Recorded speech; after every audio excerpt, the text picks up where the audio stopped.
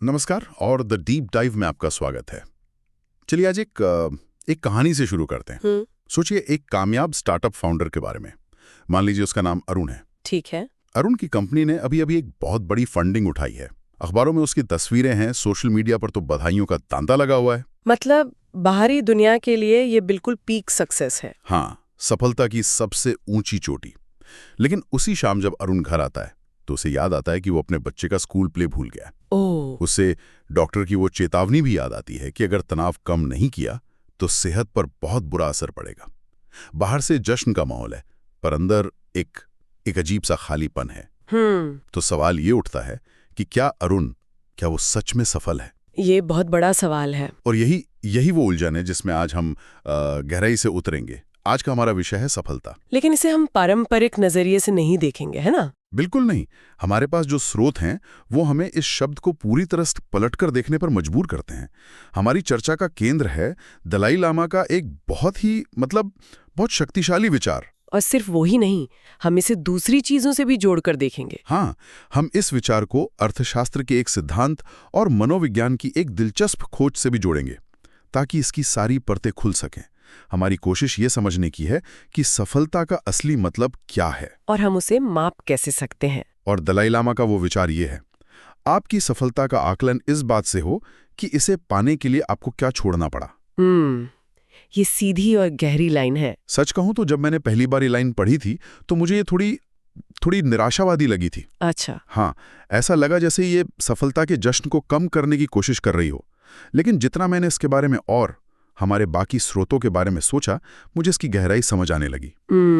ये हमें रुककर एक बहुत ही असुविधाजनक लेकिन जरूरी सवाल पूछने को कहती है। यहाँ दिलचस्प बात ये है, ये उदाहरण हमें सफलता की अकाउंटिंग करने का एक बिल्कुल नया तरीका सिखाता है। अकाउंटिंग? हाँ, आमतौर पर हम सिर्फ प्रॉफिट एंड लॉस स्टेटमेंट का प्रॉफिट वाला कॉलम देखते हैं। क्या पाया, क्या हासिल किया, कितनी ग्रोथ हुई। सही बात है। लेकिन ये विचार कहता है कि लॉस वाले कॉलम को भी देखो, क्या गवाया, क्या पीछे छूट गया। ये तो जिंदगी का ऑडिट करने जैसा हो गया। बिल्कुल, यही शब्द मैं इस्तेमाल करने वाली थी। ये जिंदगी का ऑडिट करने का न्योता है। और सच तो ये है कि हम में से ज्यादातर लोग अपनी जिंदगी के बहुत बुरे अकाउंटेंट होते हैं। मतलब हम अपने बैंक बैलेंस को तो रोज ट्रैक करते हैं, लेकिन मन की शांति, रिश्तों की सेहत और अपनी खुशियों का हिसाब किताब रखने में अक्सर फेल हो जाते हैं। जिंदगी का ऑडिट, ये बहुत सही तरीका है इसे देखने का। और अगर हम इस विचार के शब्दों पर गौर करें तो पहला शब्द है आकलन। आकलन। ये सिर्फ गिनती नहीं है, ये मूल्यांकन है, एक गहरी जांच। सही। और दूसरा हिस्सा छोड़ना पड़ा। इसमें एक मजबूरी का एहसास है। हाँ, एक मजबूरी है। ये स्वैच्छिक त्याग नहीं है। ये वो कीमत है जो सफलता ने हमसे वसूल की है।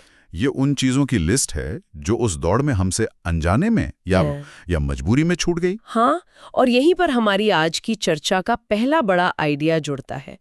अर्थशास्त्र का एक बहुत ही बुनियादी सिद्धांत, अपॉर्चुनिटी कॉस्ट। बिल्कुल, अवसर लागत।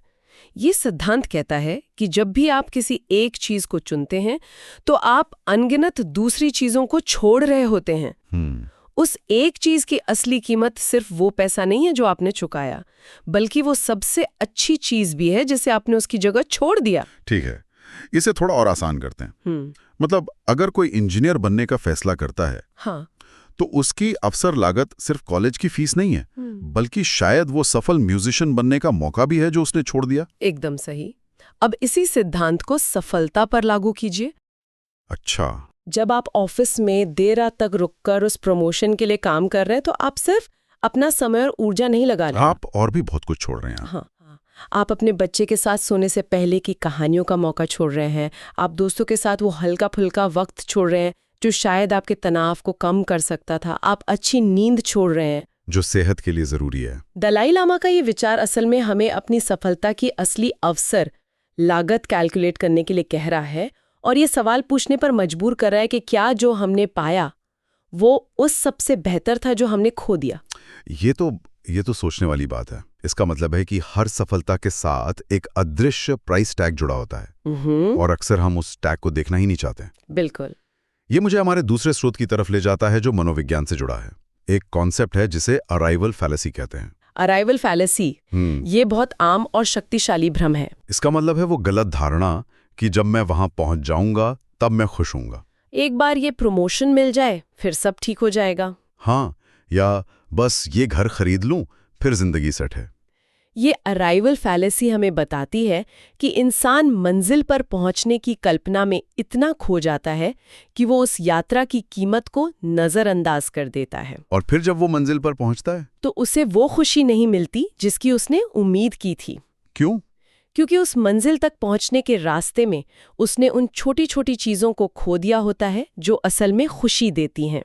सेहत, रिश्ते, सुकून। हाँ, ये कुछ ऐसा है जैसे आप किसी खूबसूरत पहाड़ की चोटी पर पहुंचने के लिए इतनी मेहनत करें कि जब आप वहां पहुंचें तो आप इतने थक चुके हों और आपको इतनी चोटें लगी हों कि आप उस नज़ारे का मजा ही ना ले पाएं। वाह, सफलता हाथ में है पर उसे महसूस करने की ताकत ही नहीं बची। बिल्कुल। मतलब सफलता एक ऐसी मंजिल बन सकती है जहां पहुंचने पर पता चले कि सामान तो रास्ते में कहीं गिर गया। ताकत है जो हमारी लाइफ बैलेंस शीट को बिगाड़ देती है। बाहर से सब चमकदार दिखता है लेकिन अंदर से हम दिवालियां हो रहे होते हैं। और इसी पूरी सोच को एक बहुत पुरानी और मशहूर कहानी बहुत अच्छे से समझाती है। कौन सी? एक अमीर अमेरिकी बिजनेसमैन मेक्सिको के एक छोटे से गांव में छुट्टियां मनाने जाता है।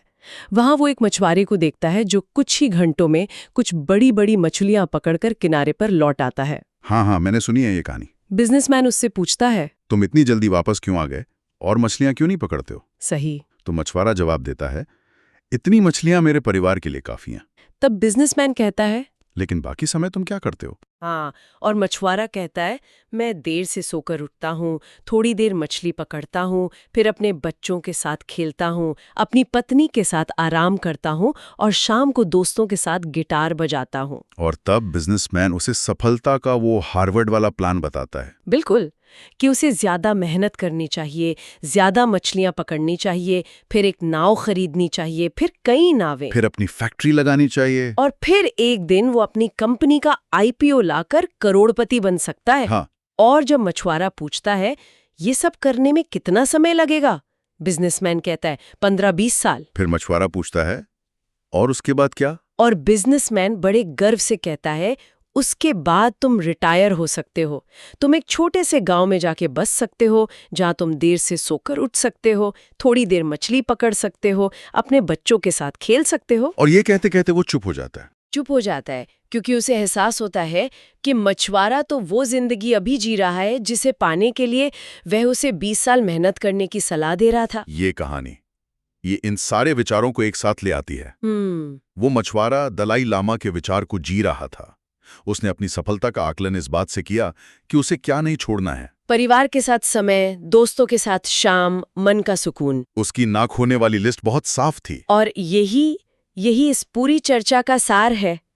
ये नजरिया सफलता की परिभाषा को अधिकतम हासिल करने की दौड़ से बदलकर न्यूनतम जरूरी चीजें खोने की कला बना देता है। हाँ, शायद सच्चा सफल इंसान वो नहीं है जिसके पास सबसे ज्यादा है, बल्कि वो है जिसने उन चीजों को बचाए रखा जो असल में मायने रखती हैं। हाँ। और ये हमें एक बहुत महत्वपूर्ण सवाल की ओर ले जाता है। अगर हम और हमारा समाज सफलता को इस नए पैमाने पर मापने लगें तो हमारी प्राथमिकताएं कैसे बदलेंगी? मुझे लगता है कि बहुत कुछ बदल जाएगा। जैसे शायद तब लोग उस नौकरी के पीछे नहीं भागेंगे जो सबसे ज्यादा सैलरी देती है, बल्कि उस काम को चुनेंगे जो उन्हें मानसिक शांति और परिवार के लिए समय देता है। सही बात है। शायद कंपनियां सिर्फ मुनाफे पर ध्यान नहीं देंगी, बल्कि अपने कर्मचारियों के वेलबींग को भी अपनी सफलता का एक पैमाना मानेंगी।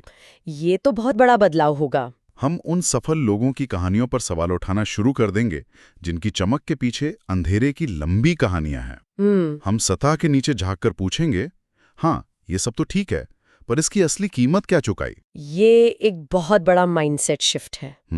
ये हमें उपभोक्तावाद और लगातार और ज्यादा की चाहत से हटाकर एक संतुष्टजनक और संतुलित जीवन की ओर ले जाता है। लेकिन इसका मतलब ये तो नहीं कि महत्वाकांक्षी होना गलत है? नहीं, बिल्कुल नहीं। महत्वाकांक्षी होना गलत नहीं है। इसका मतलब ये है कि अपनी महत्वाकांक्षा की दिशा तय करने से पहले अपनी न खोने वाली चीजों की एक लिस्ट बना ली जाए। वो कौन सी चीजें हैं जिनका आप किसी भी कीमत पर सौदा नहीं करेंगे? बिल्कुल। तो आज की इस गहरी चर्चा का सार यही है। हमने दलाई लामा के एक विचार को अपनी शुरुआती बिंदु बनाया और देखा कि कैसे अर्थशास्त्र का अपॉर्चुनिटी कॉस्ट और मनोविज्ञान का अराइवल फैलेसी भी उसी दिशा में इशारा करते हैं। सफलता सिर्फ एक मंजिल नहीं है, ये एक पूरी यात्रा का हिसाब किताब है जिसमें क्या पाया और क्या खोया दोनों का बराबर वजन है। बिल्कुल। और मैं सुनने वालों के लिए एक आखिरी विचार छोड़ना चाहूंगी। जरूर। ये उदाहरण हमें सिर्फ सफलता को अलग तरह से मापने के लिए नहीं कहता, ये इसे शुरू से ही अलग तरह से परिभाषित करने के लिए प्रेरित करता है। परिभाषित करने के लिए? हाँ, शायद जिंदगी में अगला बड़ा लक्ष्य तय करने से पहले सबसे जरूरी सवाल ये नहीं है कि मैं क्या हासिल करना चाहता हूँ, बल्कि ये है मैं क्या खोने को तैयार नहीं हूँ। अपनी उस लिस्ट को पहचानना शायद यही सच्ची सफलता की ओर पहला कदम है। ये एक ऐसा विचार है जिस पर अकेले में बैठकर सोचा जा सकता है।